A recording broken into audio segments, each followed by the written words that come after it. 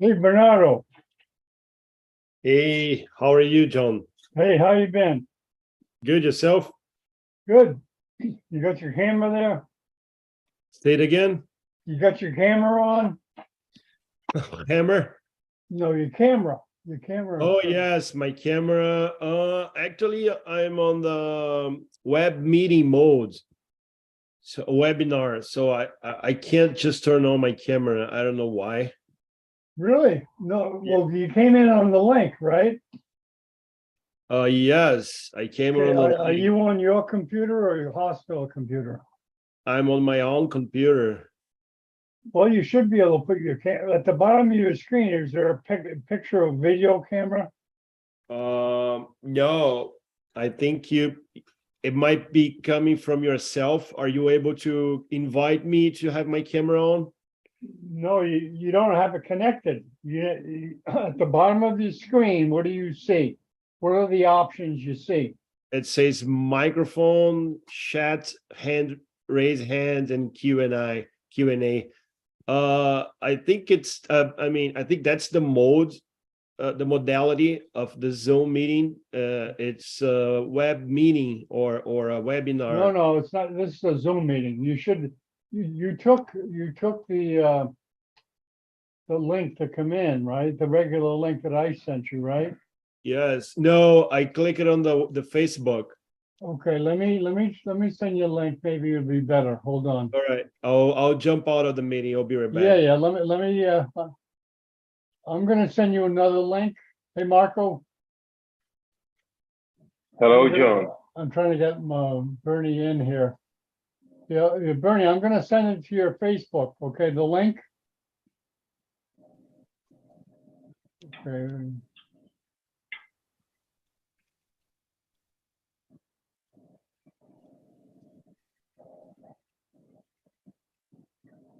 Can you hear me, John? Yeah. Oh, okay. I thought that I had some trouble with my earbuds. I'm just trying to get Bernardo in now. Within a second.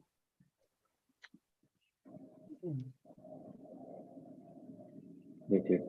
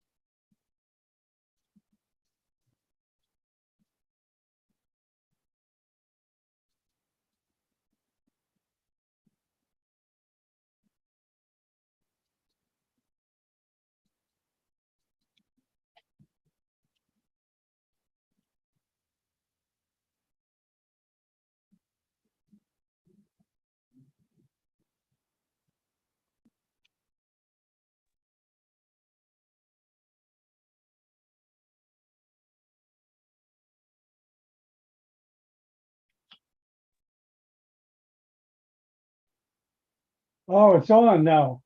Yeah, John. So that was the software thing, you know. It's the way you, as you promoted me to the panelist, then Yeah. Oh, then it worked. Oh, okay. yeah, it seems to me like a new tool from Zoom, Hey, right? listen, you're in Connecticut. I was raised in Rhode Island. This Oh, next, is that right? yes, close to you. Oh, nice. I've been through Norwich probably about 1,000 times Really? because it's on the road to New York from where I'm at. Yeah, As you know, it's all New York yeah, there. It's all New York. yeah. I'm not living in Norwich, to be honest. I'm living in that city called East Lyme. You probably know. Oh, Uh, East Lyme, that's beautiful there. yes, it is. And Yeah, I'm an Norwich. hour. Marco, this is Bernardo Andrada. Hello, Marco. Hello, good afternoon. Nice to meet you, sir. Yeah, Nice to Bernardo's meet been you. with us since it was time we started 6, 7 years ago. When we're doing Yeah, Hangout. Hey, Bernardo, Marco, you should have seen it. We were using Hangouts, and they are difficult compared to Zoom. yeah, they were different. Yeah, It was different. But geez, yeah, Bernie, I Google was just up Hangouts. there for a wedding last month. Yeah. You haven't been there long, right? Where? In Brazil I'm sorry? or here in Connecticut? Yeah. No, just for like 2 months. It is a new thing for me. Oh, good. Yeah, Well, you're going to get some cold weather there.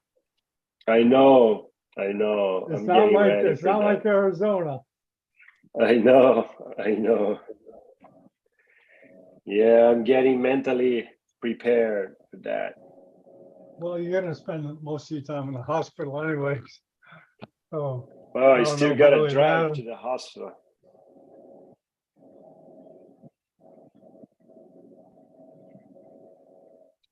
Hey, there's Stephanie.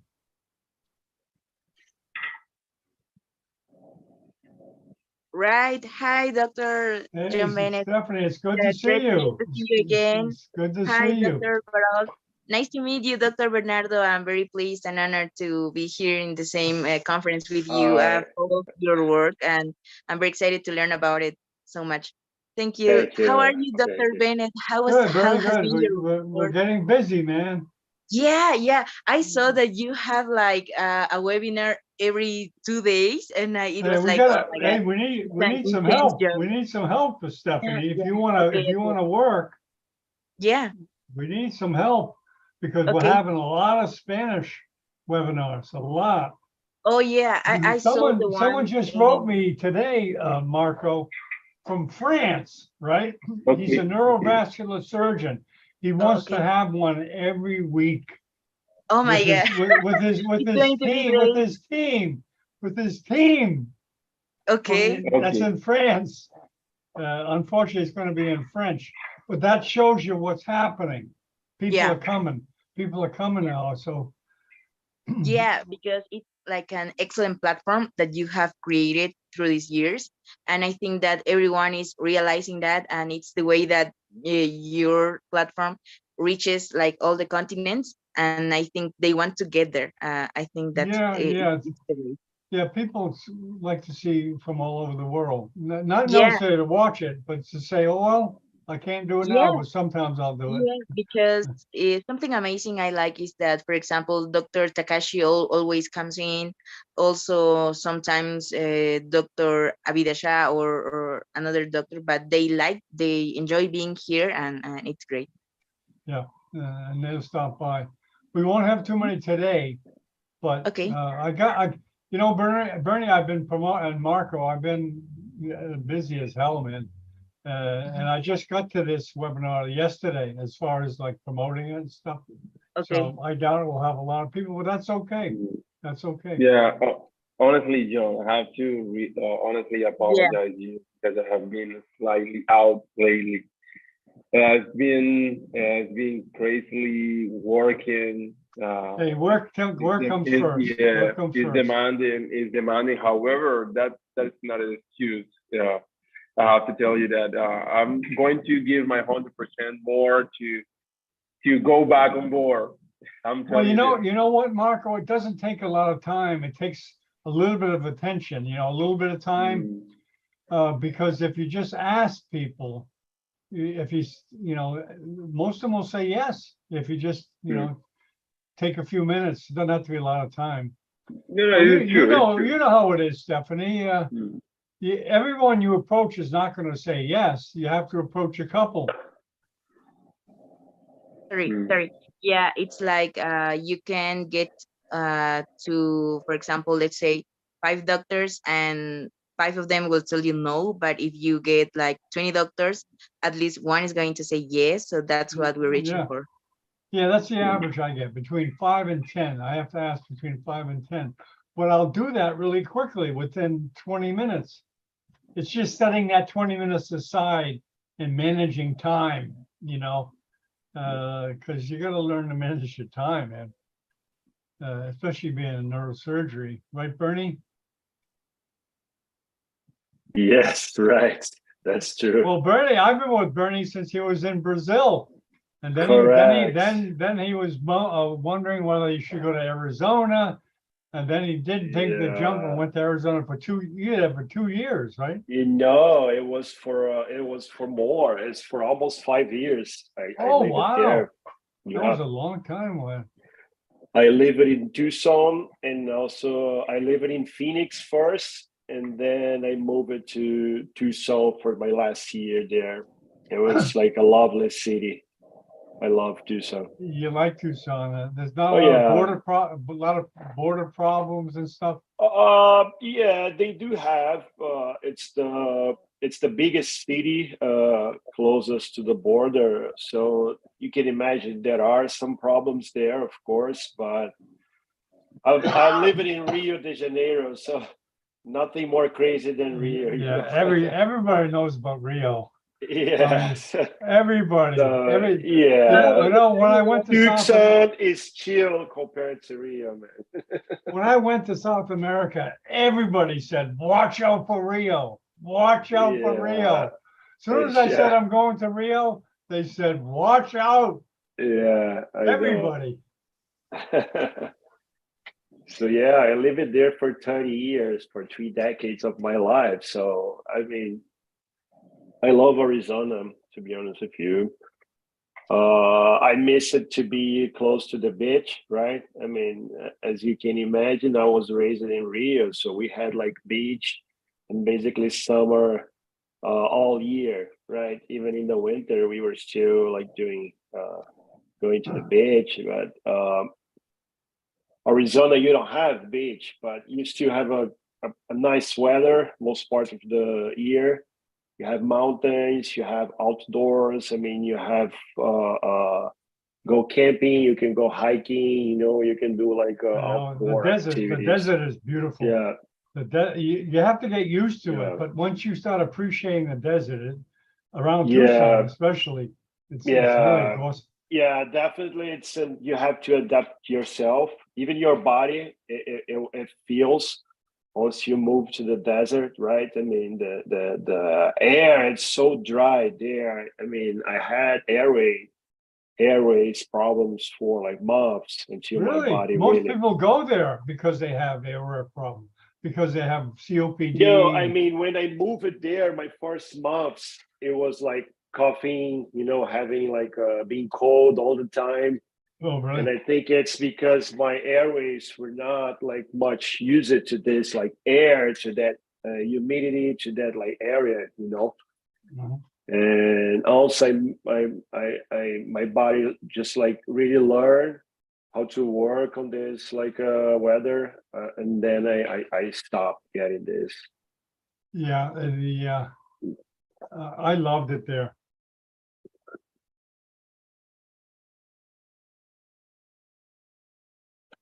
Yeah, I loved it there. I went to Mexico from Tucson. Hey, let me get the hold of, just give me a second here. Okay. Of Louis.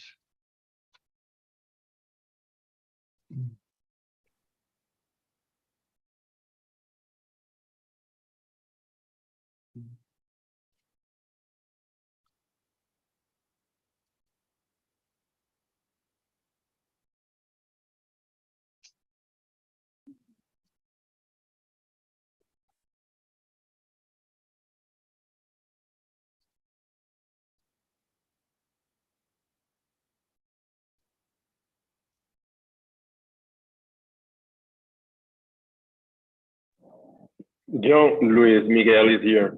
Oh, okay, Louis is here. He's asking you to promote him. So you can't let him in, huh? Yeah, I got him.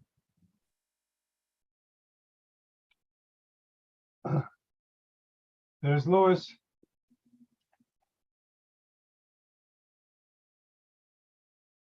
Louis has spoken to us. I think you know him, Stephanie, right? Yeah, about- Dr. Duchenne, excellent doctor, excellent human being. I had the opportunity to meet him in person in June in the Congress that was held in Santa Cruz. Oh, good. Good. Yeah. Okay. Louis, hey, Louis, good. Welcome, Louis. You're muted there, go, Louis. Buenos días, doctor. Disculpe, su micrófono está muteado. Yeah. Hello. The conference is in Spanish, yes? Yes, yes. If okay. do you mind? Is it okay with you? Spanish? Yes. Yeah, but Bernie's gonna do his in you're more comfortable in English, right, Bernie? Correct. Okay, Yes. Bernie's gonna do it in English. Can you do yours in Spanish, if you don't mind, Dr. Dushin? Okay, Marco? Okay, who wants to go first? So let you guys decide. Bernard or John, Lou? John, the speech is going to be in English or in Spanish? Yeah. Well, Louis is gonna do Spanish. Bernard doesn't feel comfortable. He's gonna do his in English. I can do mine in English or in Portuguese, but I don't speak Spanish. Sorry. Okay. Well, Okay. just I do English. understand. Yeah, do English. Do English, and Louis is gonna do Spanish. Okay, Louis, Okay. we'll put you first. Okay, Louis. Yo inicio? Okay, but wait. Let me Oh, introduce you. I or gotta introduce John. Marco first. Okay, Marco. Yeah, yes, John, just a second. I was going to give you an idea because we have two conferences today regarding to the spine surgery. The first conference is going to be related to the biomechanism of the spinal, and the other one is about the surgery. So an idea could be that starting with the biomechanism of the spine and then moving forward to the surgery. I don't know what you think. What all? Well, I had no plan really. Yeah, I'm okay with that. Whatever the guys want to do, it's up to them. So. Okay, what do you think, Cole? What do you guys want to do? Who wants to go first? I agree. I think that if we like start with research and then move forward to surgery, maybe we have like a line there. That would be fine. That would be fine. Okay, here we go, Bernardo. Hold on. Here we go. 10, 9, 8, 7. So I'll do the first part in English. 6, 5, 4, 3, 2, 1. Good morning from Miami Beach. This is Dr. John Bennett broadcasting in 2 different languages. First, we're going to do English because Bernardo feels more comfortable. This is the grand rounds of Cuba in neurosurgery, and I'll introduce the chairperson of the group, Dr. Marco Baralt, a resident currently in South America, but he's from Cuba. Welcome, Marco. It's all yours. Good afternoon, John. Good afternoon to everyone. Once again, it's an honor to have you here another weekend. We have the opportunity to share with all of you and all the presented persons that are here in Zoom and through the YouTube platform, Neurosurgery TV. We have 2 amazing conferences from 2 amazing Latin American surgeons. The first conference is going to be related to the biomechanisms and the lumbar in the spine motion. So it's going to be given by Dr. Bernardo de Andrada. He's a neurosurgeon from Brazil. He's currently working in the US. So Dr. Bernardo, it's an honor to have you here with us. Please feel yourself free to share all your knowledge with the whole neurosurgical community gather up here today. And after that, we will have another conference on behalf of Dr. Luis Miguel Duchenne, which is also an honor to have here.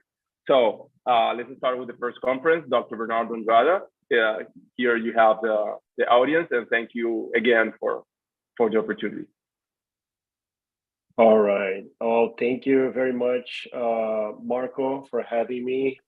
It's a great pleasure to be here in the Neurosurgery Grand Rounds from Cuba. It's a pleasure to be with Dr. John Bennett, who I've been working with for like so many years. We started like back in the days, and he grew fast. So it's very nice to be working with you. It's a pleasure to be here with you, Luis, and also Stephanie. So let me, as you introduced myself, I am Bernardo de Andrada. I'm originally from Brazil, Rio de Janeiro. And sorry, my phone rang here. And I'm a neurosurgeon, right? I had my med school, my neurosurgery residency in Brazil, and I practiced there.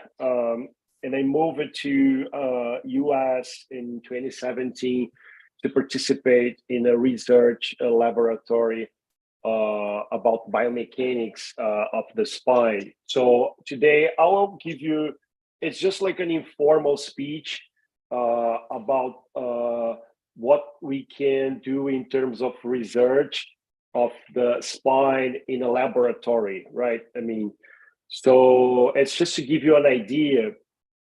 And let me share my screen here with you.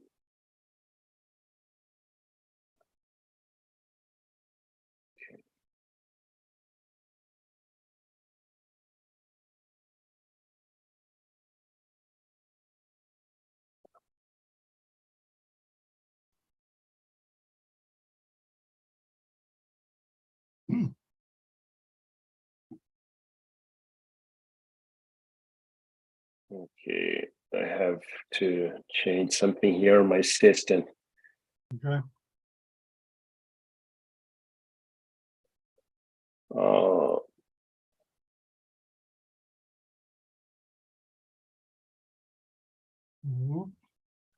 It fell off.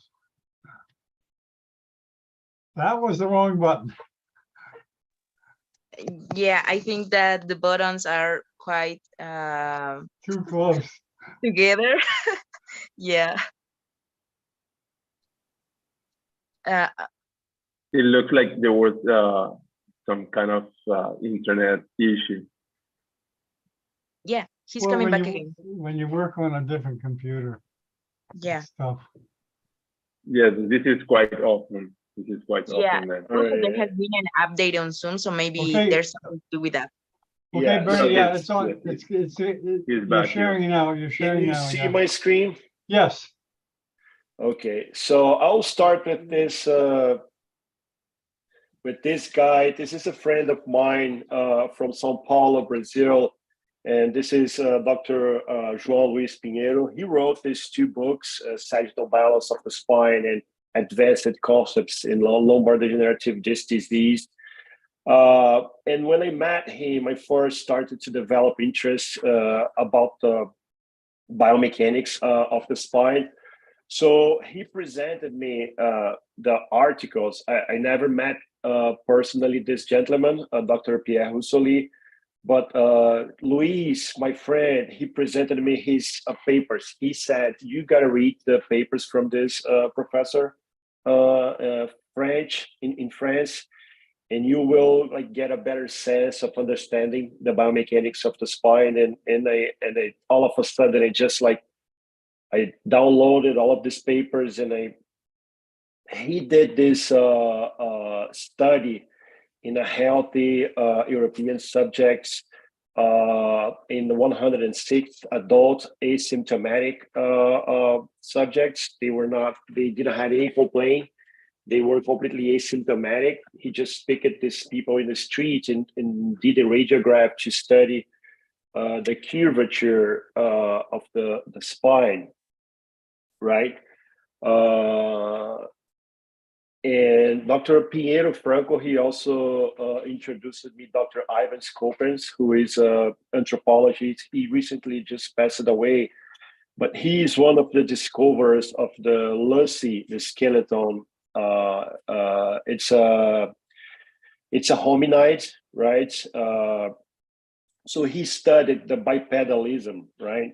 Why we walk in like two points of support while all the other animals, like they are quadrupedal, so they walk with like 4 points of, and this has to do basically with all of our spine, our lumbar spine, our ability to stand up straight and walk in a reasonable manner without spending too much energy in our back muscles. So our back muscles, they are able to make our spine straight in order for us to be a bipedal.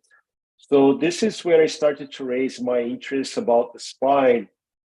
And I saw Dr. Ivan Skopens lecture in Florianopolis, Brazil, in this beautiful place. And we had a meeting, a Brazilian Spine Society meeting, and he came and gave a speech. And then I also did this study, this research about the pelvic parameters of, this is not my paper, let me just to be clear with you, I did like just a literature review briefly, and the comparison of the different pelvic parameters among like modern humans and skeletons or like fossils of like hominids or primals like mans, like the Australopithecines and the hominids.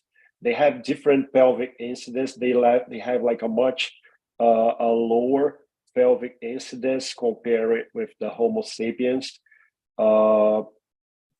And again, this is showing the couple references with the differences. And this is the slides. This is the slide that I like to show. The difference, you can see first the pelvic anatomy, right? The difference between the quadrupedal and the bipedal.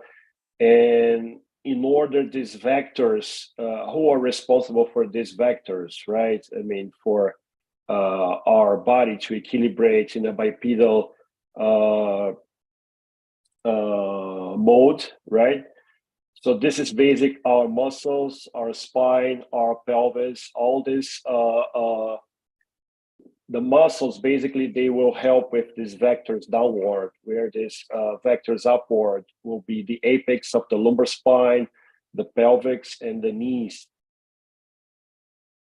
So, yeah, and this is the pelvic parameters, right?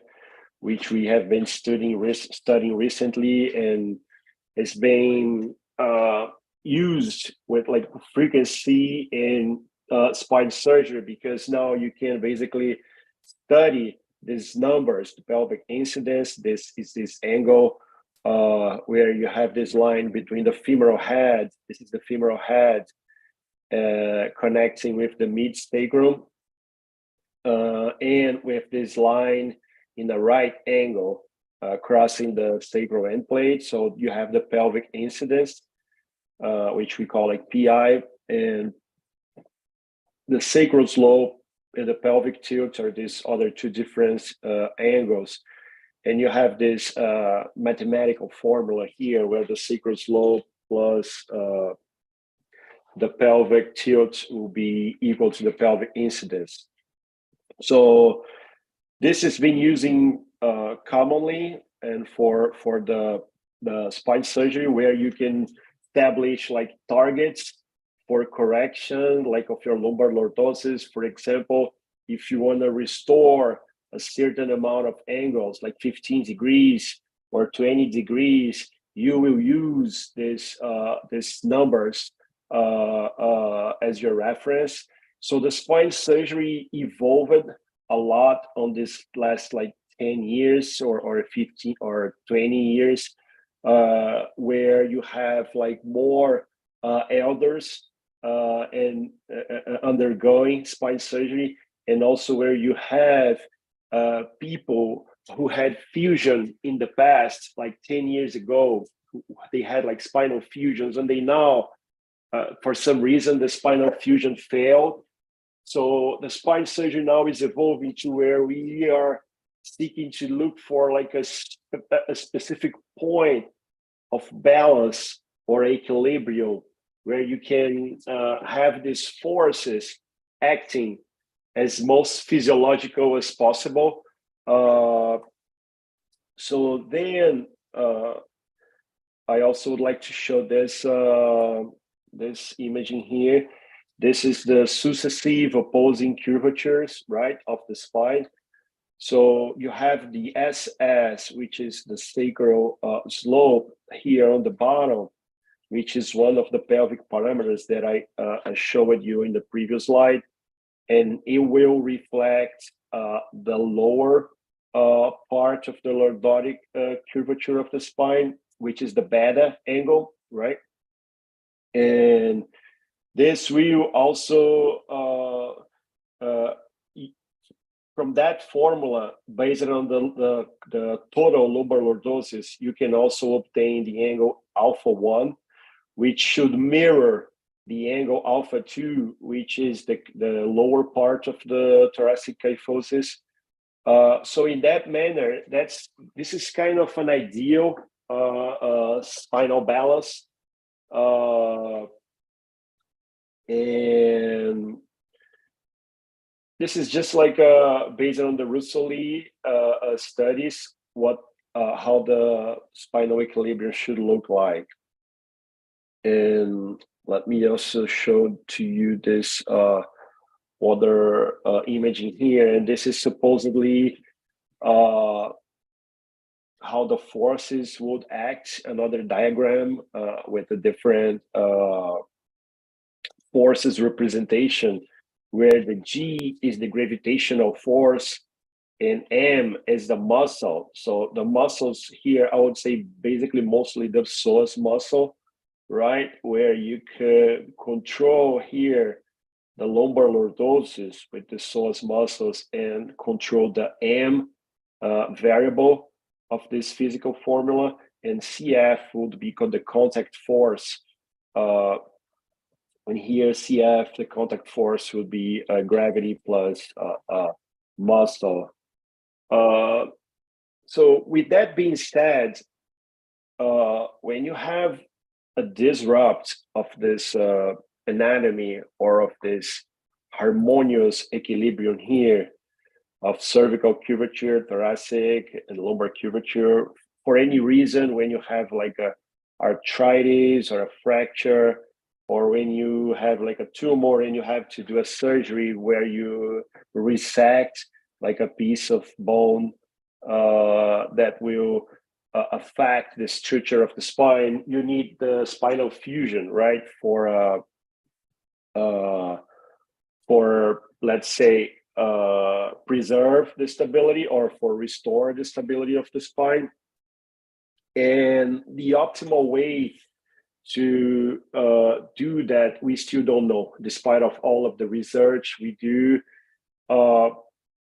We never can restore this as like original. So you will always have some problems, for example, like adjacent lateral degeneration, or sometimes back pain. Some patients, they will do well, of course, they will improve, but some patients will not. And when you have like more and more like elder people coming for spine surgery for trying to have some relief for their back pain, and when you have people who come to the spine surgeon saying, hey, I had a fusion in the past, now my spine, now I have a scoliosis, or I have my fusion like didn't work for some reason. So we are looking to restoring to like more aggressive surgeries with like longer fusions to try to restore as much as possible this equilibrium here. And now I'm trying to I'm gonna talk a little bit about what we did in the laboratory. So yeah, this is just like tall buildings. It's like the spine, right? I always do the same analogy. The spine is it's like a building. So we have these tools here, like screws and rods, to try to fix that pillars and to try to make the spine stable, right? So we need like a good foundation, right? We need a good structure. We need a good construct to make sure our surgery will last long enough and will offer this patient quality of life enough for their carry on their lives, right? So in order to going bigger and bigger infusions, like you have a fusion where you go from T10 to pelvis, you have like multiple levels, you have different regions of the spine, you have the thoracolumbar transition, which is a highly mechanical, vulnerable region of the spine. You have your lumbosacral region, which also is a unique area where you dissipate a lot of energy from the body, right, through the pelvic and femoral heads. And also you have the sacroiliacal joint. So it's a lot of forces to understand and to design an ideal construct for giving that people long enough, a surgery that would long last enough. Otherwise, you can face these problems, which is like rod fractures here on the lumbosacral region, right? In L5 as well, and you have this bilateral rod fracture. You have rod fractures here. This is another example of like rod fractures, and this is basically failure of previous spine surgery. And that's what we were kind of trying to understand in our laboratory. And that's what we were trying to, sorry, how many times I have, John, just to be clear, I don't want to extend this too long, but I guess I'll have like 45 minutes. Is that right, John? Are you there? I can't hear you.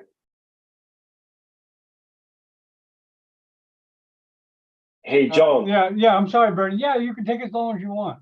Okay, sorry about that. Okay. So yeah, that's what we were trying to understand in our laboratory, right? I mean, is understanding how we can optimize these fusions to avoid like failure as they grow. And here, when you see this long fusion of the spine, you remember that imaging that I showed you of like the ape or the primal and the bipedal man. So when you put these rods on the back of the people, you gotta understand you will be struggling against, or you'll be fighting against all of this force, basically with the gravity, because the tendency of the body will be always lean forward. As the spine fail, as the segments fail, our body will always lean forward. So this is a sign of like mechanical failure of the bipedal position, right? So we gotta understand this as much as we can in order to yield like a biomechanically reasonable construct. So strain is one of the things we were looking there. We were using these rods that we use for spine surgery, and we were measuring like strain with those surgeries like simulated in like cadavers.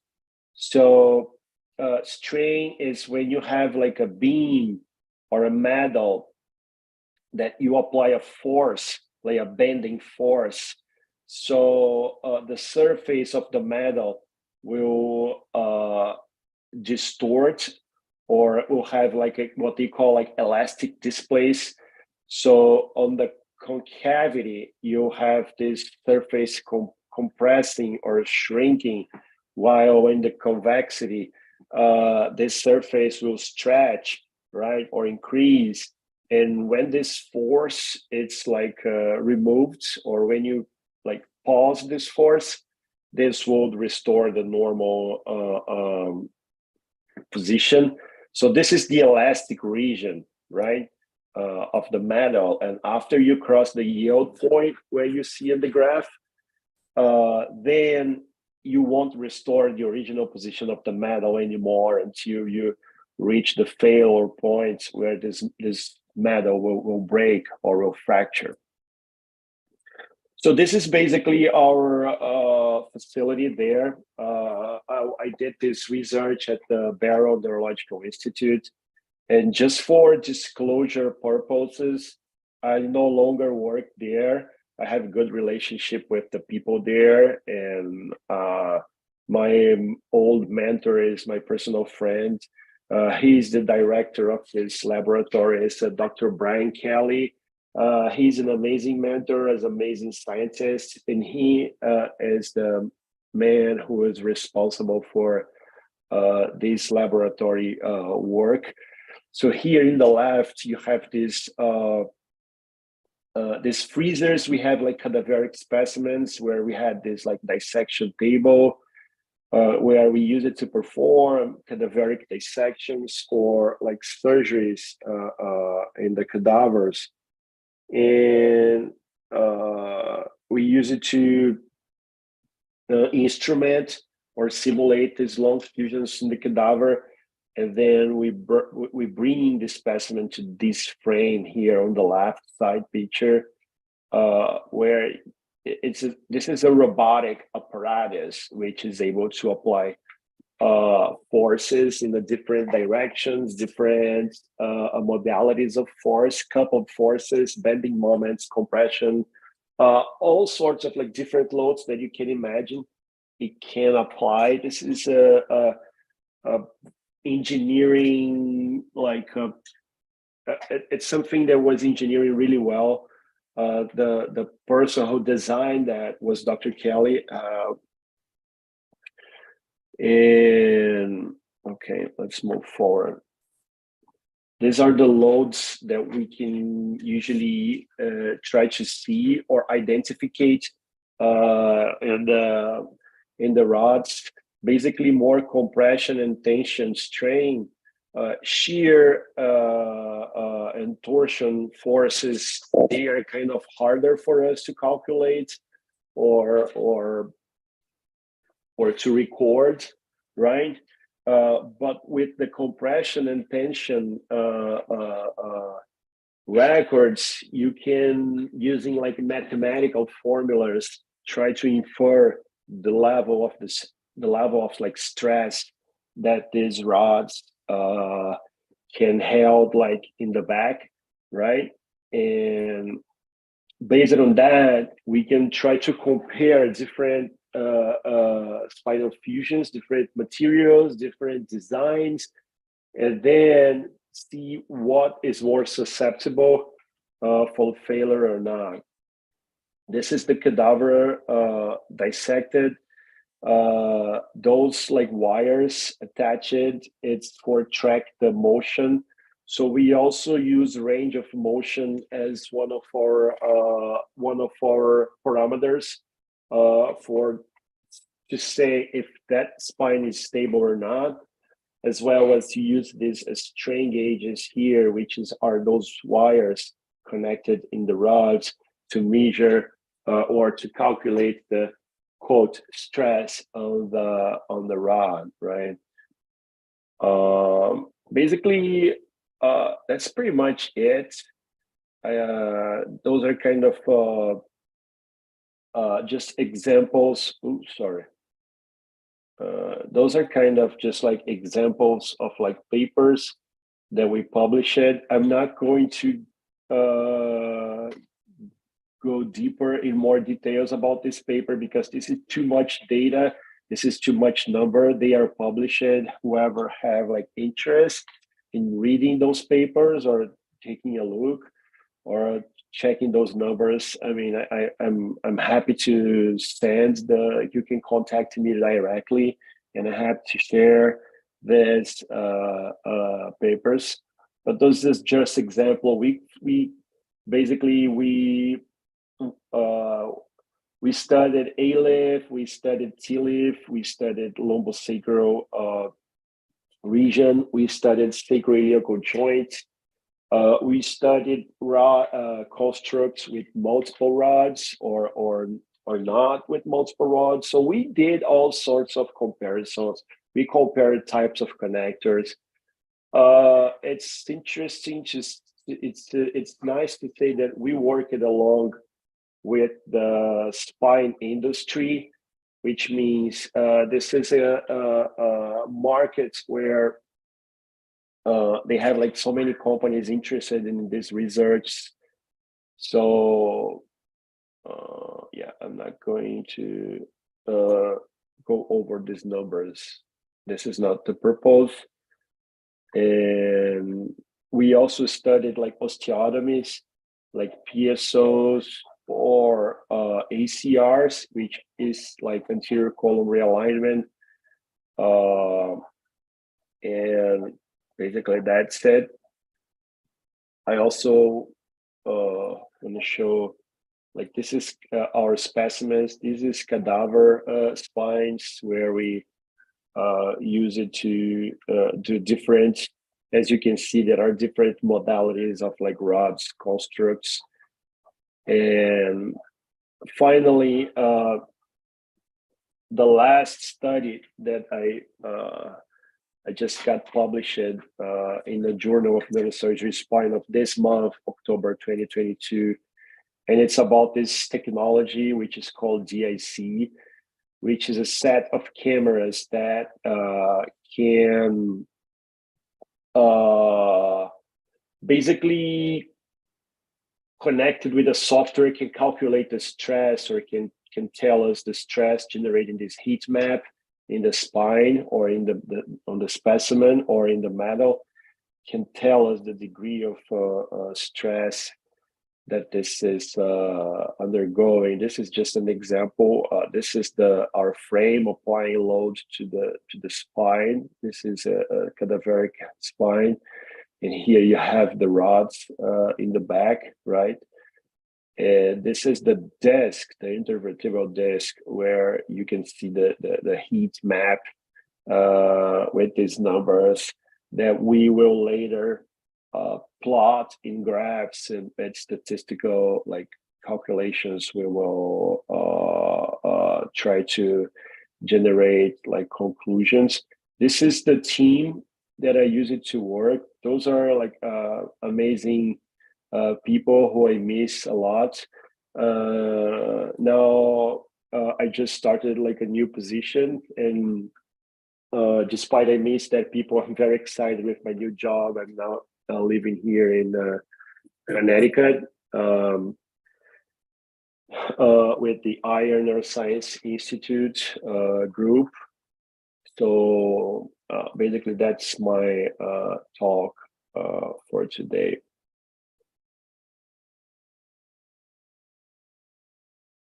Okay, Marco. Yeah, thank you very much for the conference.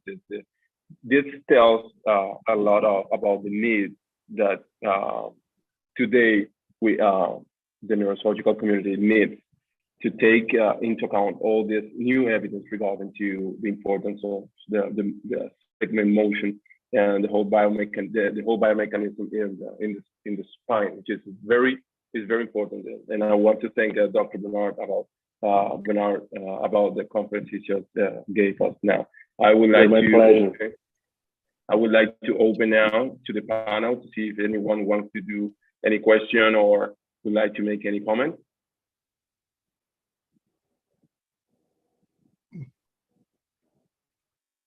I would like to make a question, more like a question about your thoughts about what after being all this time there, doc, doing all these resources, what would you say is the main knowledge, or to say the main thing you get from this research and this perspective you have had in the recent years doing all these research?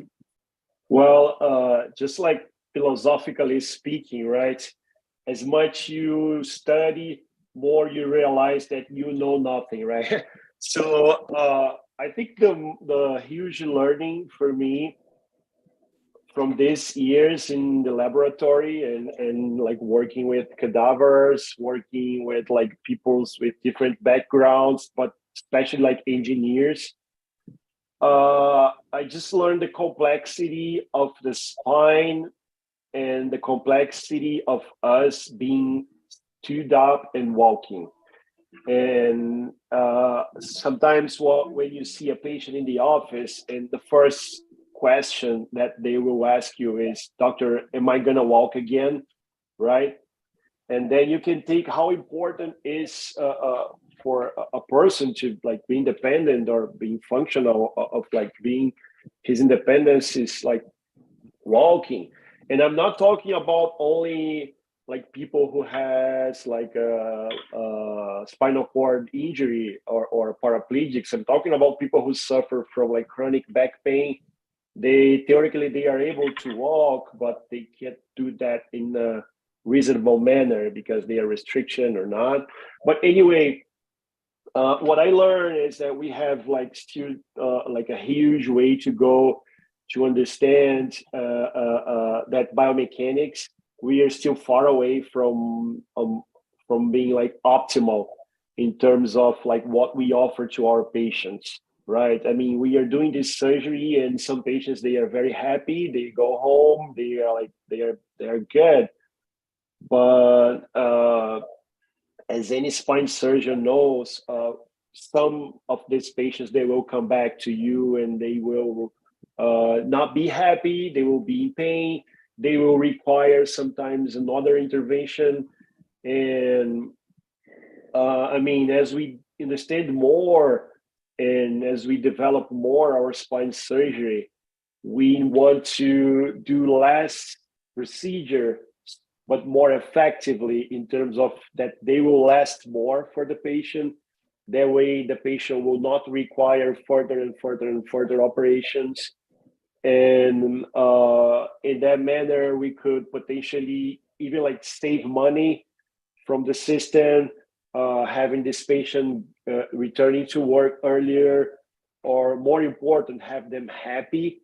And that's kind of the like the philosophical lesson that I took from these years in the laboratory, but mostly that we can offer, yes, like with the spine fusion, more than anything, I believe in the spine fusion.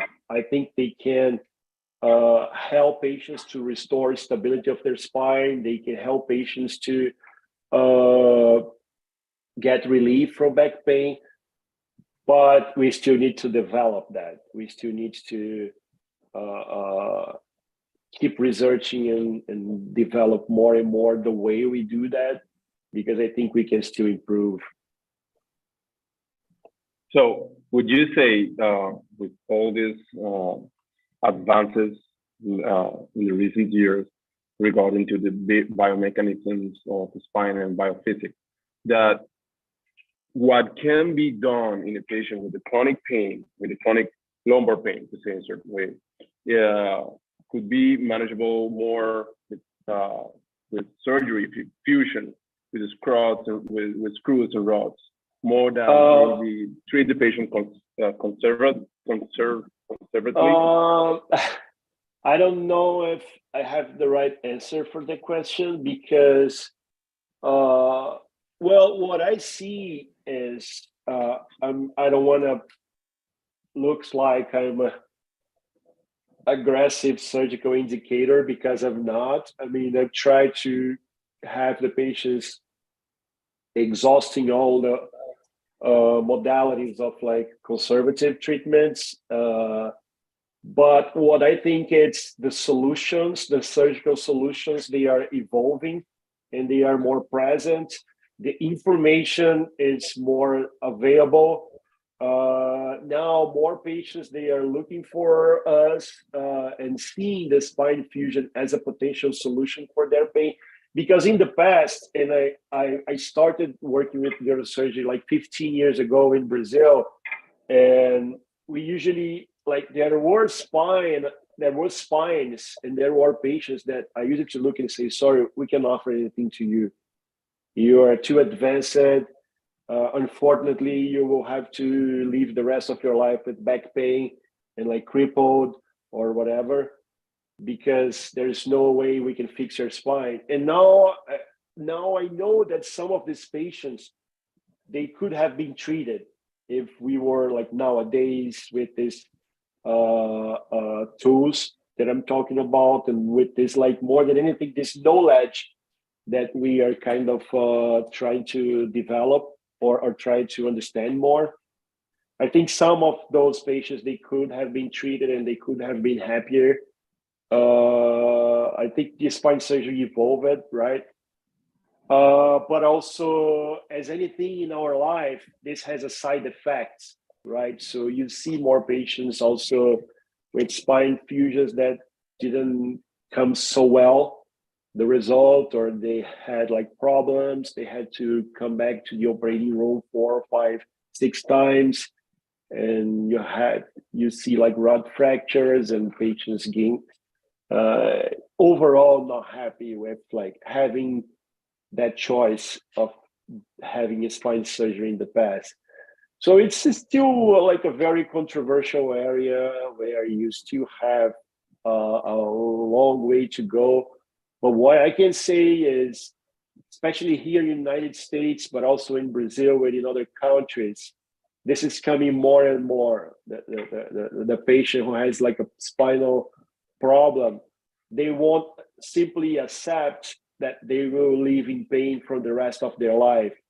And with this technology, they get encouraged to try the procedure and say, okay, that might be a successful procedure.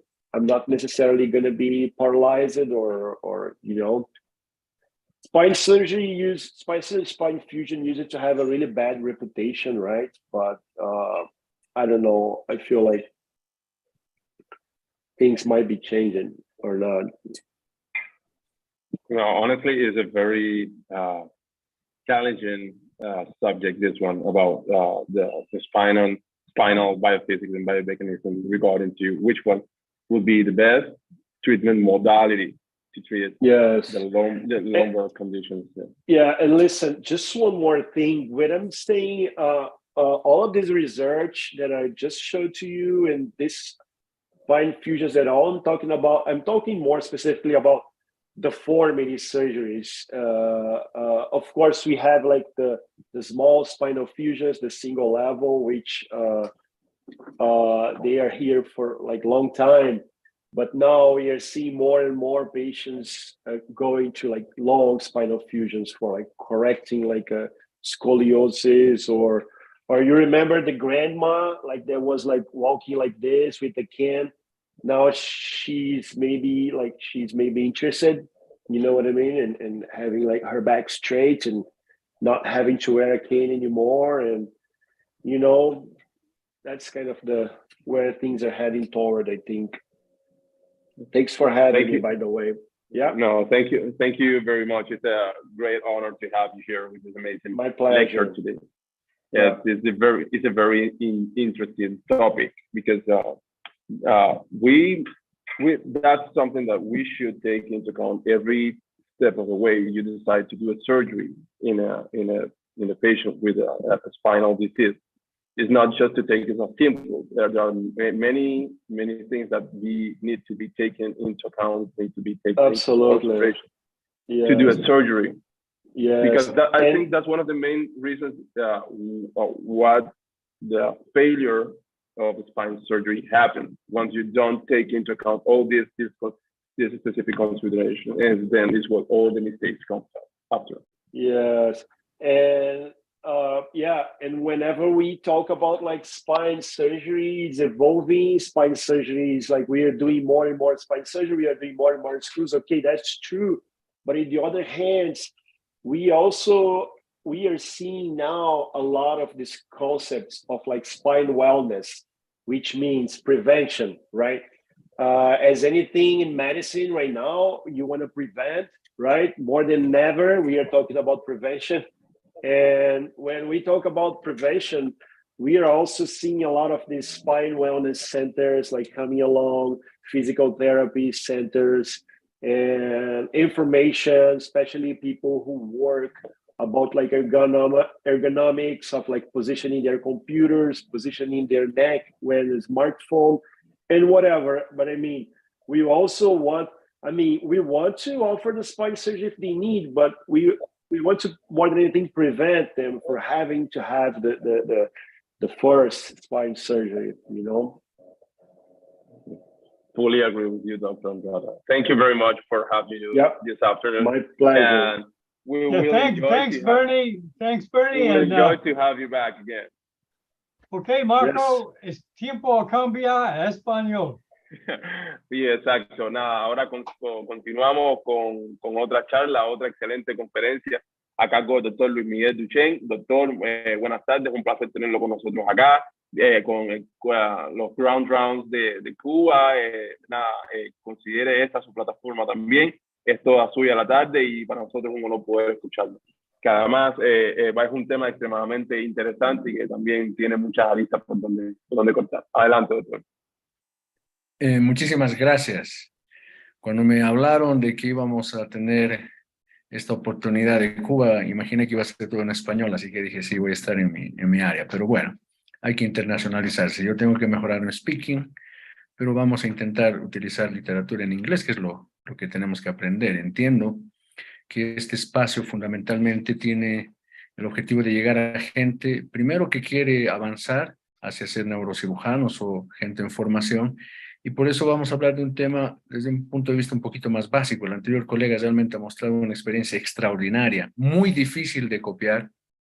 Respecto a la biomecánica se necesita mucha tecnología, mucho tiempo, mucha inversión. De hecho, vieron ahí al doctor Uribe en el Instituto Vasco. Estamos hablando de institutos de punta que difícilmente todavía vamos a tener en Latinoamérica. Así que lo que voy a hablar es algo un poquito más práctico, algo más del día a día, pero que tampoco deja de ser importante. Es algo que tenemos que tomar en cuenta cuando empezamos a hacer el tratamiento de columna. No sé si se ve mi pantalla. ¿Sí pueden ver mi pantalla? Sí, se ve. Ya, pero yo no la veo. Denme un minutito. Ahora sí. Bueno, vamos a hablar de la descompresión lumbar over the top y voy a hablar un poquito del abordaje puramente endoscópico. Y digo que voy a hablar un poco porque yo todavía no lo hago. Pero de todas maneras, aunque uno todavía no tenga el acceso a la tecnología, tiene que hacer análisis para poder saber si eso puede ser útil y evidentemente, de serlo así, incorporarlo en su práctica clínica. Brevemente, para que podamos saber de qué estamos hablando, quiero mostrarles la clasificación de qué es el canal lumbar estrecho. El canal lumbar estrecho es una patología en donde el espacio por donde pasan los nervios a nivel raquídeo pues se ha reducido de una forma muy importante. ¿Y cómo podemos clasificar un canal lumbar, si es estrecho o no, a través de la resonancia? Vean ustedes, este es un esquema muy útil que comparto siempre, en el que se han establecido cuáles son los grados de estrechez de un conducto raquídeo. Estos son los grados A, el grado B y el grado C. El grado A, vamos a decir, el grado leve, va a tener varios subtipos, del A1, donde todavía hay bastante líquido cefalorraquídeo, como en este caso, el A2, el líquido cefalorraquídeo está un poquito más reducido, pero todavía las raíces tienen algo de libertad. En el grado A3 hay muy poco líquido cefalorraquídeo, pero las raíces todavía tienen algo de libertad, pero básicamente en el A4 están todas juntas. Este es un canal lumbar estrecho de forma leve. En cambio, en el grado B tenemos un espacio que tiene escasamente líquido. Este ya es un canal estrecho moderado. En el C prácticamente no hay líquido cefalorraquídeo, todas las raíces nerviosas están apelotonadas, pero existe todavía un poco de grasa epidural. Ese es un canal estrecho severo, pero hay otro que es muy severo. Vean ustedes que no se logra distinguir ni siquiera la grasa peridural. ¿Y cuándo vamos a atender quirúrgicamente un paciente? Cuando está en el severo y muy severo. Los leves y moderados pueden ser tributarios de tratamiento no quirúrgico. Entonces, como habíamos analizado, vamos a ver que en el grado A, la estenosis es leve o no hay, en el grado B la estenosis es moderada, en el grado C la estenosis es severa y en el grado D la estenosis es extrema. Les voy a pedir medio segundo, tengo un problema de batería que acabo de darme cuenta. Por favor, deme un minuto, porque si no, no los voy a dejar Sí, no se preocupe, no se sin preocupe, la adelante. charla. Doctor. Por favor. Adelante.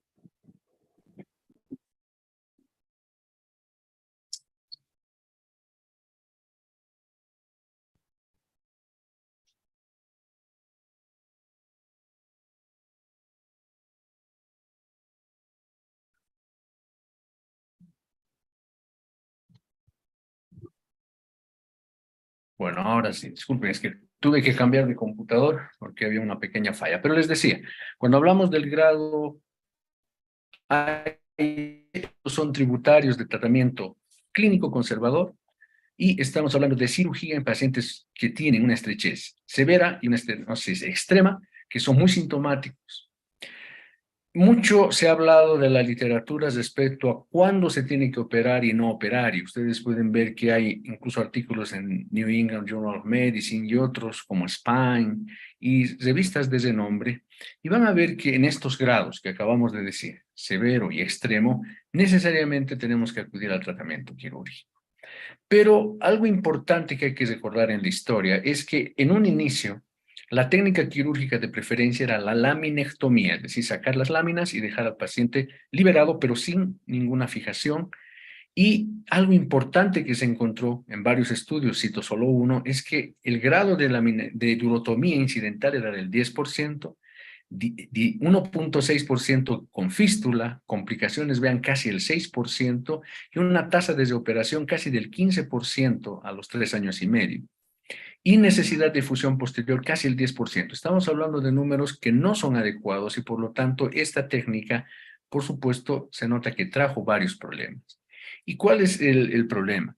Estos pacientes cuando eran reoperados tenían varios factores. Por ejemplo, si había un ángulo facetario alto, si la altura discal era la alta, o si había un grado de listesis, estos pacientes necesariamente tenían necesidad de hacer una nueva cirugía. Entonces, ante una cirugía que tenía grandes problemas, se comenzó a pensar en una forma de liberar el conducto, pero generando menos inestabilidad.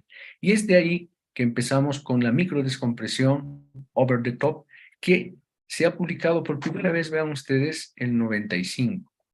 Pero ha sido desarrollada realmente de una forma mucho más exacta posteriormente. Y voy a mostrarles un esquema muy importante. ¿Cuál es el objetivo de la descompresión over the top? Se hace una hemilaminectomía muy pequeña y a través de este pequeño espacio se logra liberar tanto en el mismo lado como en el lado contralateral. Es decir, vean ustedes, se ha hecho una laminectomía parcial, se hace una facetectomía parcial y por el mismo abordaje se logra liberar parte de la lámina, la base de la espinosa y la faceta del lado contralateral, de tal manera que con una incisión pequeña, un abordaje mínimo, logramos una descompresión prácticamente circunferencial. Fue Meyer que en Alemania ha logrado perfeccionar la técnica y en este artículo muestra claramente cómo ellos, vean ustedes, en un caso con una compresión severa logran una descompresión, reitero, por un abordaje mínimamente invasivo de la lámina del mismo lado, de la faceta del mismo lado, la base de la espinosa, parte de la lámina contralateral y parte de la faceta contralateral. Logran una descompresión muy importante. Noten ustedes cuál es el diámetro que tiene el conducto raquídeo antes de la cirugía versus el diámetro que tiene después de la operación. Entonces es en este texto en donde esta descompresión logra pues los resultados esperados y a partir de entonces se populariza. Un detalle importante es que cuando se hace el abordaje al lado contralateral debe inclinarse la camilla del paciente para que podamos tener una mejor visión y por lo tanto poder lograr lo que estamos buscando, reitero, una descompresión desde un solo lado, se va por encima de la dura madre, de ahí el nombre de over the top, para una descompresión bilateral por un acceso unilateral. ¿Cuál es la técnica quirúrgica? Este, por ejemplo, es una muy buena foto del Hospital Clínico de la U de Chile, es así como lo hago yo, tiene alguna diferencia, pero la verdad, si bien esta posición, que es el knee chest, puede darnos una mejor apertura, la verdad simplemente con un caballete de Wilson es suficiente porque nosotros logramos tener una buena descompresión en cualquiera de las dos posiciones. La incisión es pequeña, por supuesto que nosotros vamos a planificarla con una visión radioscópica. Esquemáticamente, vean, tenemos una incisión que no supera los 18 milímetros. La idea es, de la línea media, irnos un poquito hacia el lado para poder exponer la aponeurosis, y una vez que tenemos expuesta la aponeurosis, abrirla y luego disecar el músculo. Una forma es disecando con torundas, otra es con un sistema tubular, y a veces se puede hacer con una legra. Pero lo importante, ¿qué es lo que tenemos que obtener? Vean, este es un micro Taylor, y allá en Cuba yo sé que no tienen toda la tecnología, así que les voy a compartir lo que hago yo. Es un Taylor normal, pero que está cortado.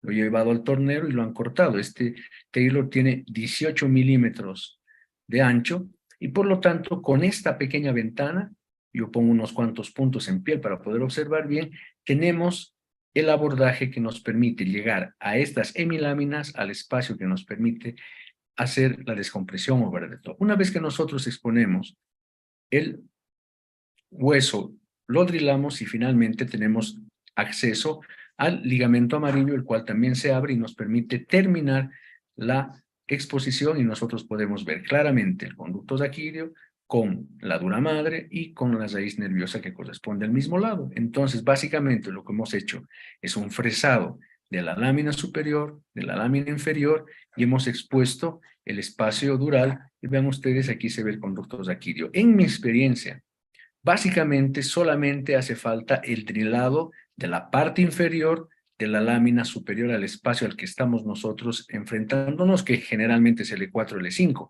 No es necesario en la mayoría de los casos hacer un drilado de la lámina superior de la vértebra inferior. Reitero, basta solamente con hacer el drilado de la parte inferior de la lámina de la vértebra superior, y con eso se puede tener un buen abordaje. Entonces la idea es esta, tener una exposición amplia del conducto daquilio y luego hacer esta maniobra ortogonal. O sea, lo que nosotros vamos a hacer con el microscopio es mover al paciente, y una vez que movemos al paciente, lo inclinamos, podemos tener un acceso muy sencillo hacia el lado contralateral, de tal manera que podemos descomprimir el otro lado. Pero noten ustedes que, como está en el esquema, no tenemos que sacar la apófisis espinosa, la lámina del lado contralateral, sino solamente la base de la espinosa, la parte inferior de la lámina, e incluso podemos llegar a desecar parte de las facetas del lado contralateral. Un consejo para los jóvenes es que hagan primero la resección ósea, primero la laminectomía, la facetectomía, el drilado de la base de la apófisis espinosa del lado contralateral, de la lámina del lado contralateral, y después de la faceta. Y luego recién se procede a la resección del ligamento amarillo. ¿Eso qué nos permite? Nos permite mantener protección de la dura madre hasta el final, porque cuando introducimos el drill, el motor, podemos desgarrar la dura madre si es que está descubierta. Entonces, un tip clínico, un tip quirúrgico es mantener el ligamento amarillo hasta el final, que él mismo nos ayuda a proteger la dura madre. Y vean, es importante, como tenemos en nuestro quirófano, utilizar microscopía. Yo también he hecho alguna vez con lupas, pero por supuesto que la microscopía nos permite tener una mayor seguridad, y eso es lo que tenemos que brindar al paciente. Entonces, reitero, lo que hemos logrado es una descompresión del mismo lado, tanto de la dura madre y de la raíz, y del otro lado lo mismo, descomprimimos la dura madre y la raíz nerviosa contralateral, de tal manera que ese canal que estaba estrecho, vean ustedes, tanto de un lado como del otro, pues queda liberado. Y ese es el objetivo. Este es un esquema, vean ustedes, es la fotografía de un paciente. Hemos liberado solamente haciendo un drilado de la parte inferior de la lámina de la vértebra superior, y vean cómo se ha logrado la apertura contralateral. Es un paciente nuestro, preoperatorio, o en el posoperatorio. Vean cómo ustedes aquí se ha ingresado y se ha hecho la laminectomía, y vean cómo en este en esta imagen se logra ver la resección, que en este paciente ha sido suficiente. No es necesario sacar mucha faceta, sino la suficiente para que esté descomprimido el espacio. Vean ustedes acá cómo logramos por un acceso unilateral una descompresión bilateral. Y la mayoría de las veces en estos canales estrechos ni siquiera requerimos hacer la disectomía, simplemente la resección ósea y la resección ligamentaria nos permiten este espacio tan amplio y vean ustedes cómo este paciente queda con una liberación fundamentalmente en 360 grados y eso permite, por supuesto, una mejoría clínica.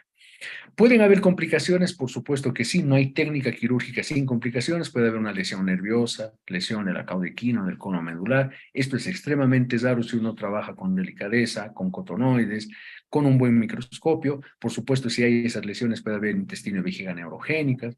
Algo que sí hay que tener cuidado es en los desgarros durales, y eso puede llevar a meningocele o fístulas. Por eso es fundamental preservar con el ligamento amarillo hasta el final. Puede haber hematoma epidural, meningitis, espondilolisitis, abscesos, cicatrices, inestabilidad. Fundamentalmente puede haber inestabilidad cuando se ha resecado demasiado la faceta. Y este es un ejemplo, vean. Este paciente le hicimos una resección demasiado grande. Si bien hemos logrado una liberación fantástica, noten ustedes que de la faceta nos queda muy poco. Vean, igual, pese a que hemos resecado casi el 80% de una de las facetas, afortunadamente este paciente no ha desarrollado inestabilidad, pero ¿qué aconsejamos? Resecar máximo 2/3 de la faceta del mismo lado. Pero eso se aprende conforme uno va avanzando con el tratamiento. Por supuesto, algunos pueden tener un síndrome de espalda fallida, como en cualquier cirugía de columna, pero el más importante problema que podemos tener, reitero, son los desgarros durales y la inestabilidad segmentaria si nos excedemos en la resección. Por supuesto que hay varios estudios que apoyan este tipo de descompresión. Vean, aquí hay un estudio que muestra diferentes tipos de descompresiones y la conclusión es que sirve el abordaje over the top, que es el que estamos mostrando ahora. Y se han medido con bastantes trabajos, uno de ellos los traigo acá, cuáles son los resultados después de la descompresión. Y miren cómo después de un seguimiento de 5 años se mantiene la descompresión en estos pacientes y por lo tanto podemos tener buenos resultados clínicos. En este trabajo, con 3 años de seguimiento, se ve que cuando se ha hecho una descompresión bilateral versus una unilateral, realmente no existe un problema de inestabilidad en los pacientes que tienen una descompresión unilateral, o sea, que con un acceso unilateral para una descompresión 360 grados. Por supuesto que hay muchos trabajos que hablan de este tipo de tratamientos, la descompresión con una menotomía a 5 años y varios otros que por tema tiempo no vamos a discutir, pero lo importante es saber que este abordaje unilateral puede ser hecho con el Taylor, como yo les estoy mostrando, se puede hacer con un tubo, pero también se puede hacer por endoscopía y a eso le voy a dar un espacio más tarde. Ahora, algo importante. Cuando nosotros hablamos si es que podemos utilizar esto en pacientes con espondilolistesis, es una pregunta muy interesante. ¿En quiénes podemos utilizar? Si son pacientes que tienen una espondilolistesis que no es inestable o mínimamente inestable. Vean que no hay ninguna diferencia clínica entre los pacientes con y sin espondilolistesis preoperatoria, es decir, si nosotros logramos respetar los parámetros anatómicos que acabo de mencionar, no vamos a generar progresión de esa espondilolistesis.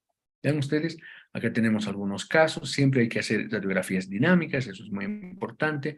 Vean cómo una estenosis puede liberarse fácilmente. Estos son ejemplos de la literatura. Y reitero, perdón, que estos pacientes, si bien tenían una mínima espondilolistesis, esa espondilolistesis no era inestable, vean, o sea, no había cambios en las radiografías dinámicas y por lo tanto, al no ser inestable, nosotros podemos utilizar el abordaje over the top sin tener miedo de que vaya a inestabilizarse. Y ese es un parámetro muy importante a tomar en cuenta. Por supuesto, esto no lo vamos a ofrecer a pacientes de 20, 30 años. Estamos hablando fundamentalmente a personas de la tercera edad. Por supuesto, a esto me refiero. La mayoría de las personas que tienen un canal lumbar estrecho que requiere cirugía son personas de la tercera edad, personas que tienen 80, 70 años, cada vez operamos a personas más grandes y vean que la efectividad de esta cirugía en este tipo de pacientes pues está total y absolutamente comprobada. De hecho, hoy es el estándar de oro para una descompresión mínimamente invasiva en personas que tienen alrededor de los 70 y 80 años. Por supuesto que pueden haber algunos casos que pueden tener una evolución negativa. Pacientes que se le hace una descompresión y tienen un Firman 4, es decir, estamos hablando de personas que tienen una disminución muy importante en la altura del disco y si es que tienen sobre todo hernias foraminales. Hay que tomar en cuenta estos casos y además de hacer el abordaje over the top, hay que resecar, porque como en este caso, la hernia sí es foraminal. Les decía que en la mayoría de los casos no hace falta hacer la disectomía, pero en este específico caso vale la pena hacer la resección de ese fragmento discal cuando está en el foramen y ser un poco más agresivos, sobre todo para una descompresión radicular muy amplia. ¿Cuáles son las ventajas? Cuando nosotros hacemos este tipo de abordajes, nosotros vamos a preservar al máximo la musculatura paravertebral. Y eso es muy importante. ¿Por qué? Porque al preservar la musculatura paravertebral, nosotros vamos a hacer que el paciente pueda caminar al día siguiente, que se recupere mucho más rápido, que tenga muchísimo menos dolor, que la fisioterapia sea bien tolerada y, por supuesto, vamos a reducir la posibilidad de que tengan dolor lumbar postoperatorio. Vamos a nosotros a respetar la mayoría de las articulaciones facetarias y por lo tanto no vamos a aumentar la inestabilidad del segmento.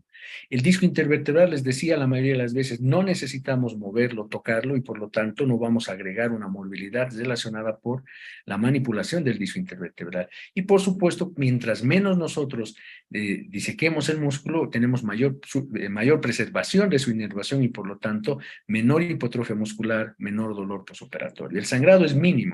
La verdad, cuando se operan estos pacientes, nunca pedimos sangre, ¿no? Lo que no sucede cuando se hace una laminectomía. El menor tiempo operatorio, la verdad, va a depender de la experiencia de los cirujanos. Al principio nosotros demorábamos muchísimo más en hacer estas cirugías. Hoy duramos lo mismo que una cirugía abierta, con la ventaja, por supuesto, de tener menos complicaciones.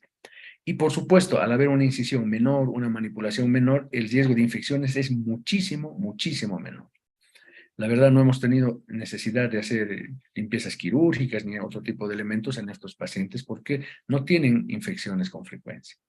Ahora, estos pacientes, cuando tienen una cirugía tan pequeña, tan mínimamente invasiva, rápidamente pueden recuperarse y volver a su trabajo. De hecho, a los pacientes que operamos en la mañana, los ponemos de pie en la tarde, les hacemos caminar y eso realmente es muy reconfortante para el paciente. Y al día siguiente, les voy a decir, la mayoría de los pacientes al día siguiente quiere ir a su casa. A veces los dejamos 2 días solo por precaución, pero la mayoría al día siguiente puede volver a casa. Entonces, esto nos va a dar una estadía hospitalaria mucho menor y por lo tanto vamos a bajar los costos de esa internación.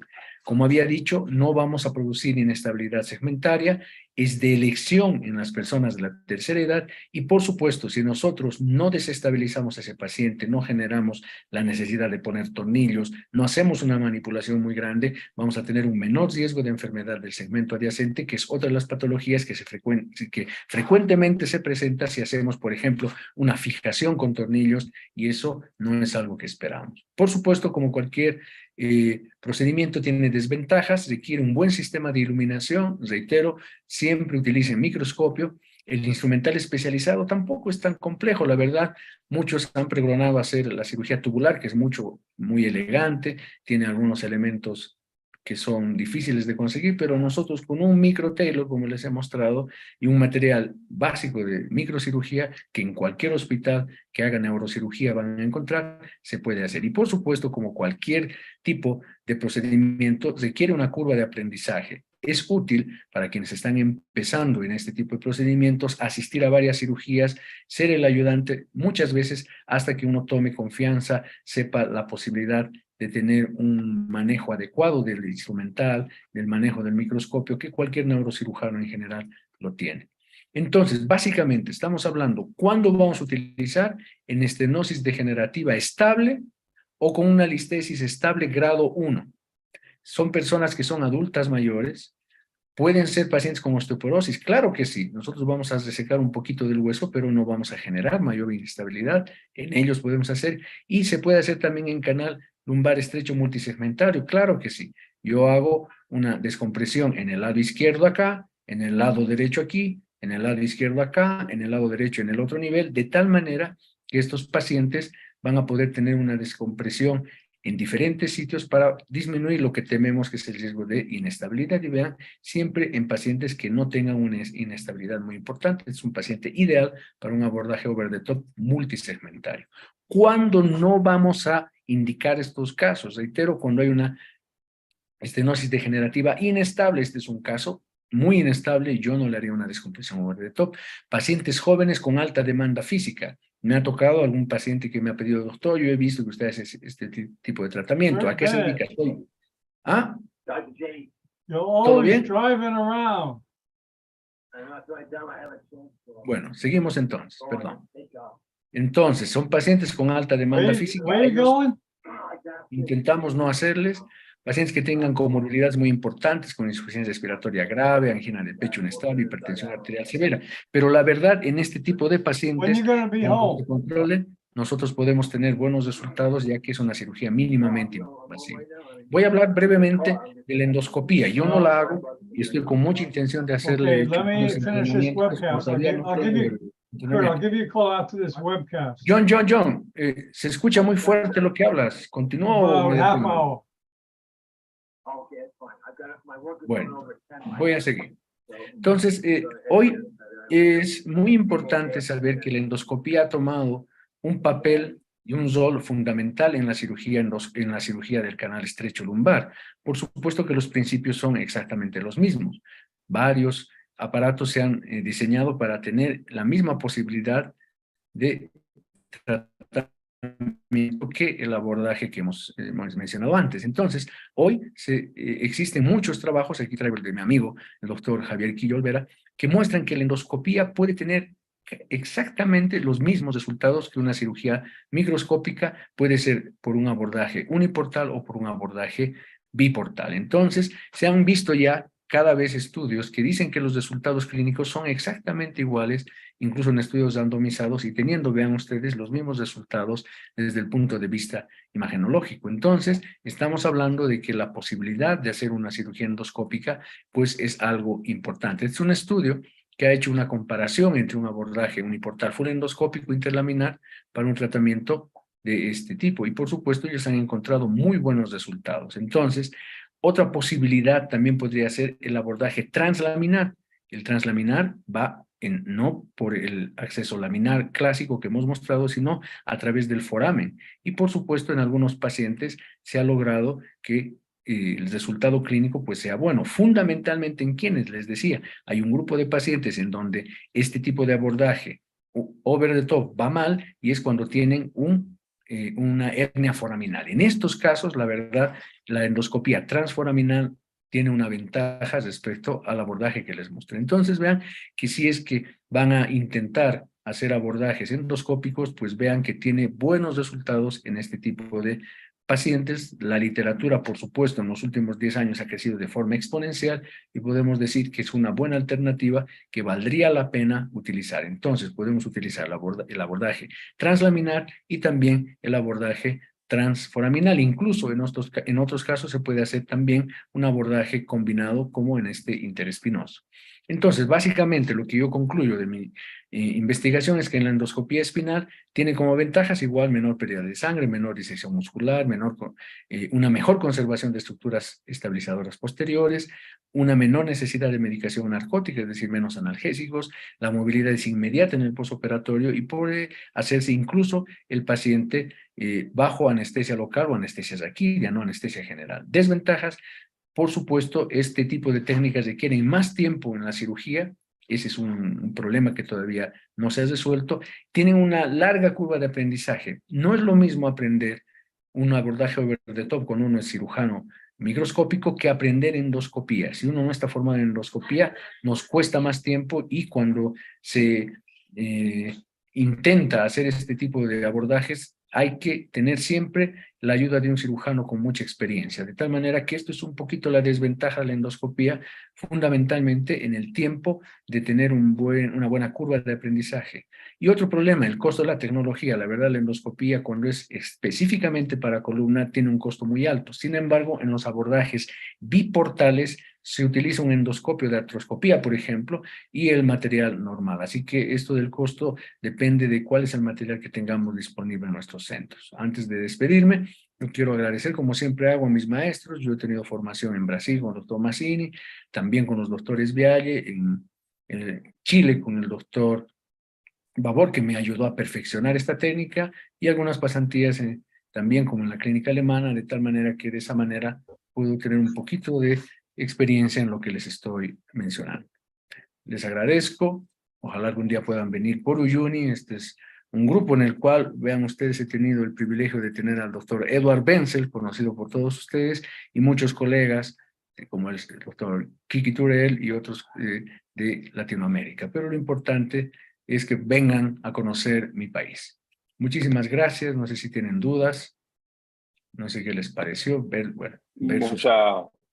Muchas gracias, doctor Duchenne. Realmente una conferencia con un alto nivel científico y que, bueno, demuestra la curva de aprendizaje, la curva para llegar a la excelencia en el abordaje, que es lo que siempre se busca en la neurocirugía. No deja de tener su complejidad, no deja de tener su grado de complejidad a la hora de realizar el abordaje, sobre todo porque lo principal, una de las cosas que usted planteaba ahí era tener bien claro cuáles son los criterios de selección de los pacientes que pueden ser abordados por esta técnica quirúrgica, para no incurrir en errores de concepto que después a la larga el paciente vaya a requerir otra nueva intervención. Y creo que eso es lo que da parte de la excelencia de su trabajo. La pregunta que quisiera hacerle es, ¿cuál usted ha considerado que en el transcurso de la implementación de esta técnica, usted diría que es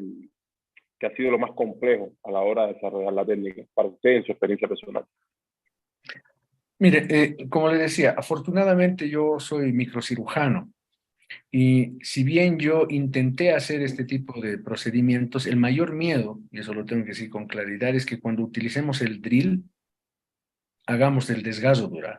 Entonces, mi mayor dificultad realmente fue el tener ese temor de generar un desgazo dural en un abordaje muy pequeño, porque ahí incluso la posibilidad de suturar es más compleja.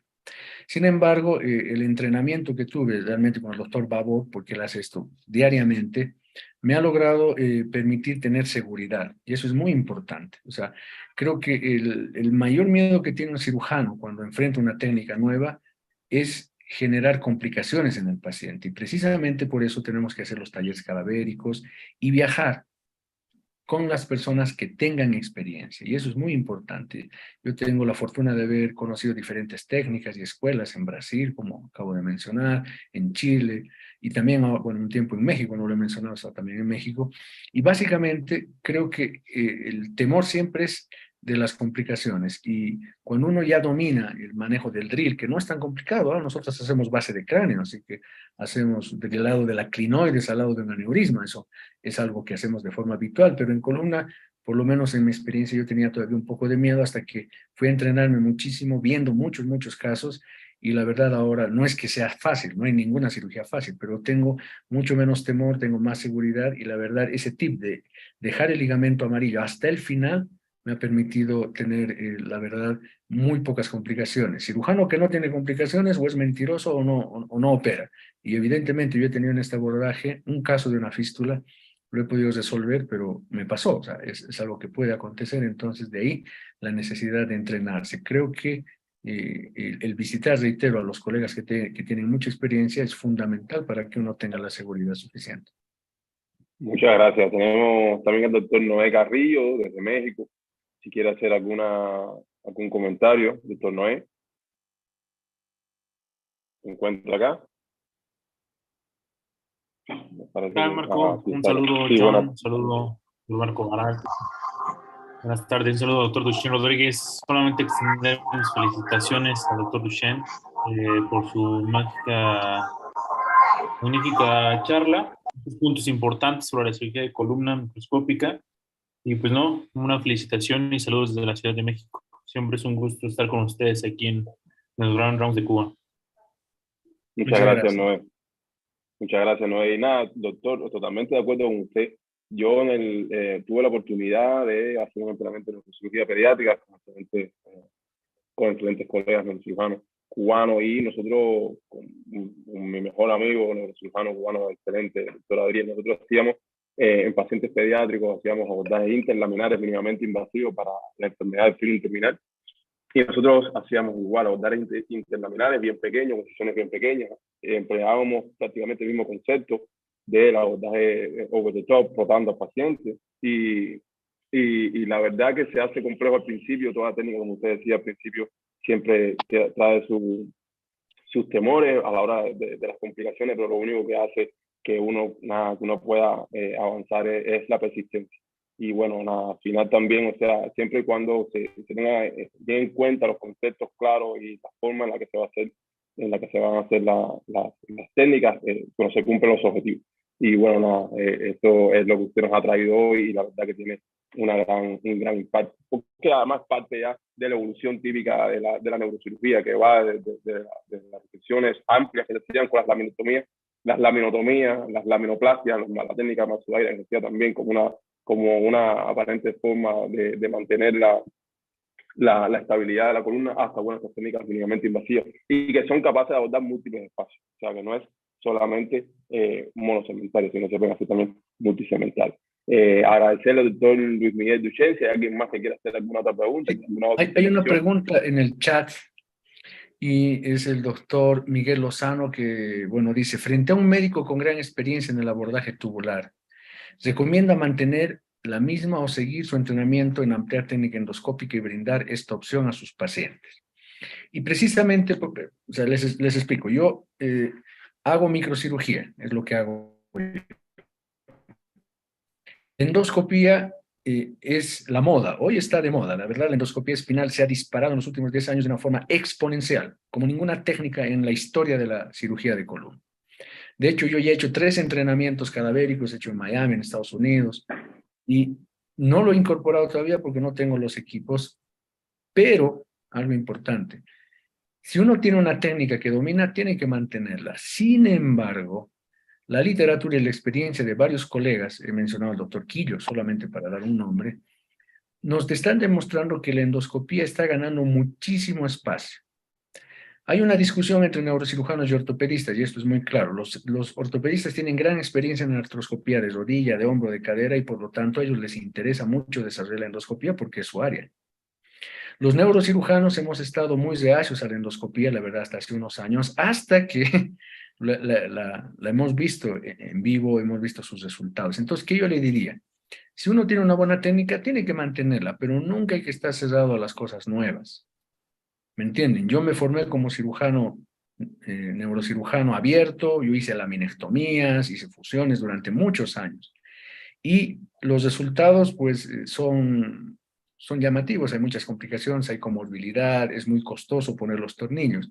En cambio, ya mudando a la técnica mínimamente invasiva, la verdad, uno tiene menos riesgos, uno tiene menos complicaciones y uno duerme tranquilo. Y lo más importante, el paciente tiene mejores resultados. Y la endoscopía es una herramienta más, no es la herramienta. Me refiero, no es la panacea. Es uno de los elementos que uno podría usar. Por ejemplo, he dado un ejemplo de que un paciente con una estenosis aquí, de que tiene una hernia foraminal, el mejor abordaje, indudablemente, es una endoscopía foraminal. Ese caso, yo creo que sí o sí tiene que ser con endoscopía. Podríamos hacer otros casos más, sí, pero por eso la respuesta es: hay que utilizar todas las posibilidades que estén a nuestra mano para ayudar al paciente. Y si nos toca entrenarnos en endoscopía, hay que hacerlo, hay que invertir tiempo, hay que invertir recursos, hay que invertir estudio.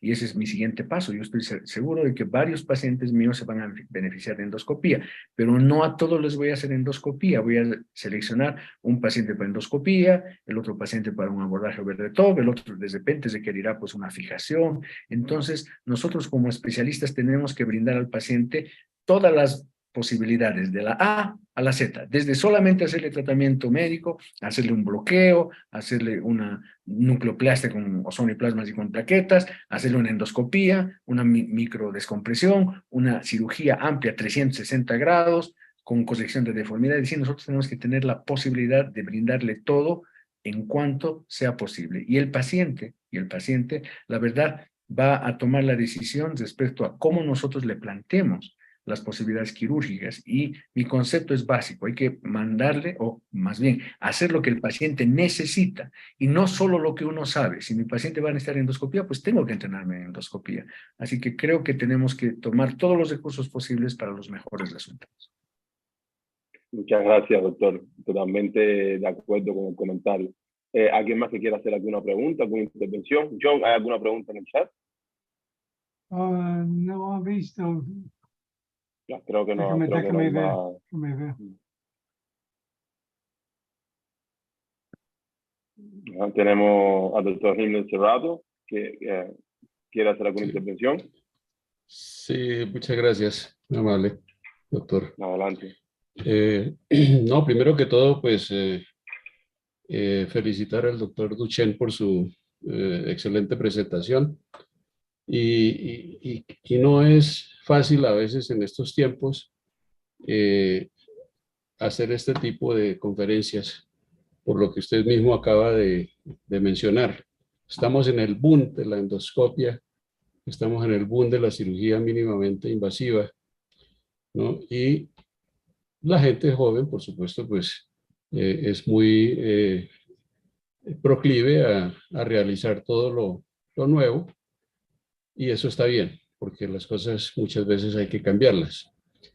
No es fácil, como decía, hablar de estos temas cuando se pone a veces en contra de lo que se está haciendo en el momento. Me parece que su exposición ha sido muy buena, en el sentido de que no se opone precisamente a este tipo de nuevas tecnologías, pero esta es una situación que yo pienso que se debe tener muy en cuenta.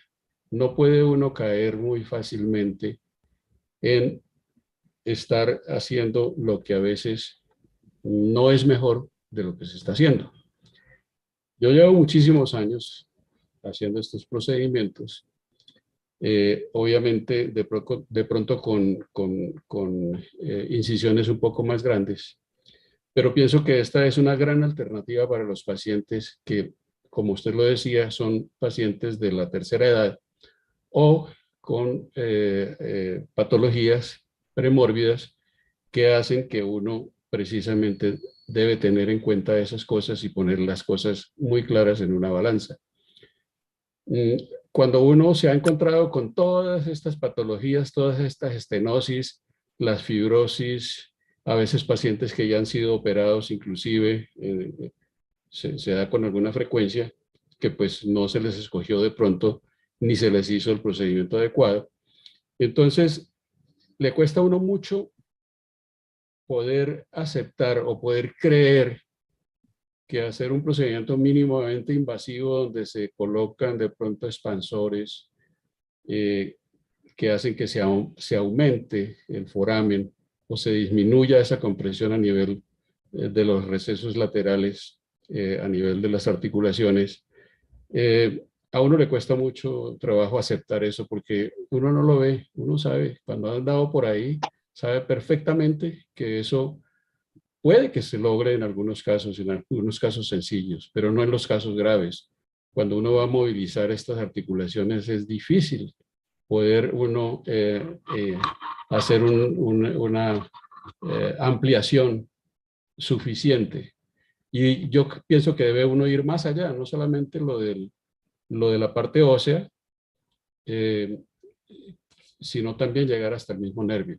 Porque es que a veces estos pacientes pueden tener unas pequeñas inestabilidades segmentarias que hacen precisamente que sea un mecanismo de defensa de la misma columna, la misma fisiopatología hace que se vayan hipertrofiando los ligamentos amarillos, las cápsulas articulares, la parte ósea, y de por sí pues la edad es suficiente pues para que se aumenten todas estas estructuras. Entonces debe ir uno al máximo, y yo pienso que lo que hay es básicamente lo que usted nos mostró, insistir en eso, en que hay que hacer un buen diagnóstico de estabilidad o de inestabilidad de la columna. Porque si obviamente hay una inestabilidad marcada, pues aunque sea un segmento, puede que se aumente la inestabilidad que el paciente presente. De tal manera que si se tienen en cuenta esos parámetros que usted nos mostró, pues posiblemente no se va a presentar un aumento de la inestabilidad. Ahora, son pacientes, es una gran alternativa para los pacientes que tienen un canal estrecho lateral. De tal manera que ahí es que simplemente hacer unas buenas dinámicas, interpretarlas muy bien, y además porque son pacientes que muchos son obesos, son hipertensos, son diabéticos, tienen osteoporosis, tienen el antecedente de una arritmia cardíaca, están anticoagulados. Entonces, obviamente que todo esto en una cirugía más grande donde haya que colocar tornillos, pues obviamente estaría contraindicado. Pero tener en cuenta que lo que a veces le proponen a uno como mínimamente invasivo puede ser máximamente complicado. Muchísimas gracias y felicitaciones, doctor Duchen, y muchos recuerdos allá para mis contemporáneos de Bolivia. Un gusto, profesor. Ojalá podamos vernos en Miami. En unas semanas tenemos el clan. Sí, señor. Estamos haciendo lo posible. Gracias. Claro que sí. Muchas gracias, doctor Serrato, por su comentario. ¿Alguien más que quiera hacer alguna intervención, alguna pregunta, algún comentario?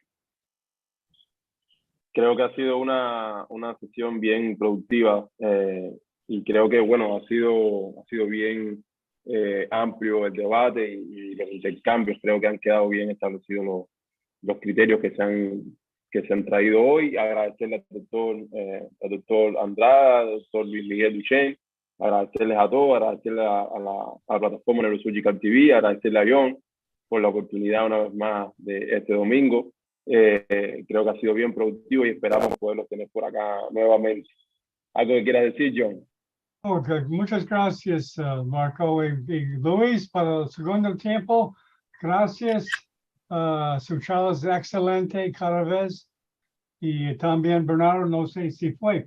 Entonces, la próxima semana, Marco, tenemos una oferta para hacer un series de 3 charlas de daño a nervios peripheral. De un neurocirujano de Italia, va a estar en inglés, de 3 charlas de Marco Maloney. Entonces, nos vemos la próxima semana. Ok, muchas gracias a todos. Muchas gracias a todos. Buen fin de semana. Quedo aquí.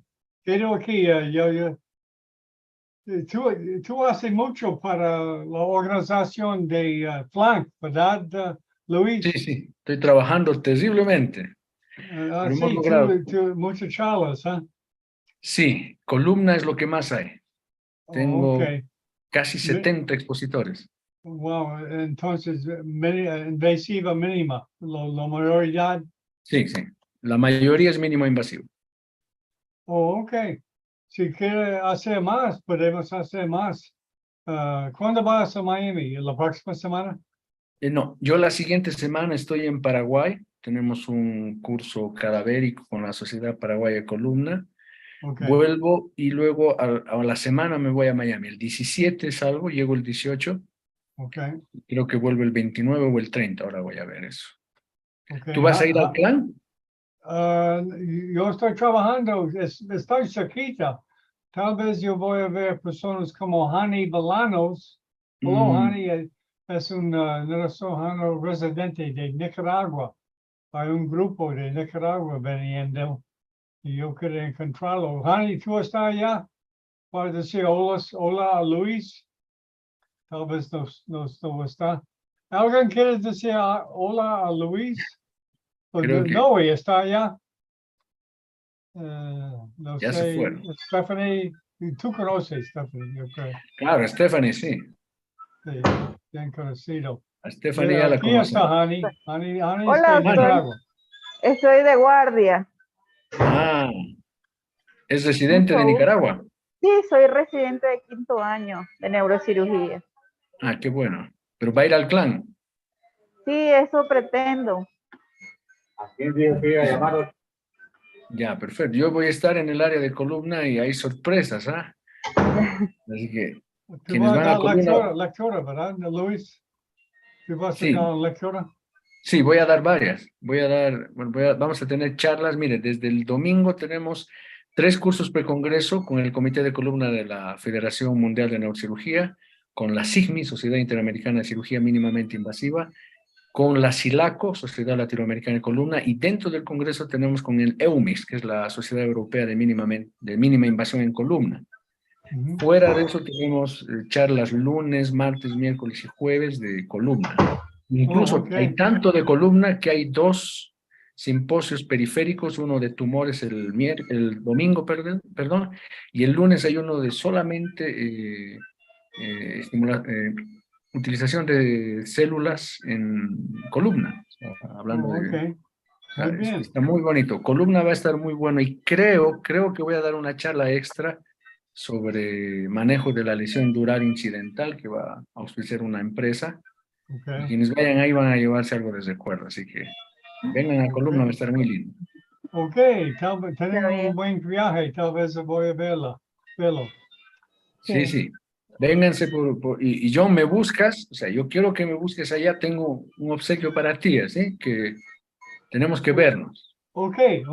Una cosita pequeña, pero para que te No, acuerdes. está bien. Muchas gracias. Los latinos están así.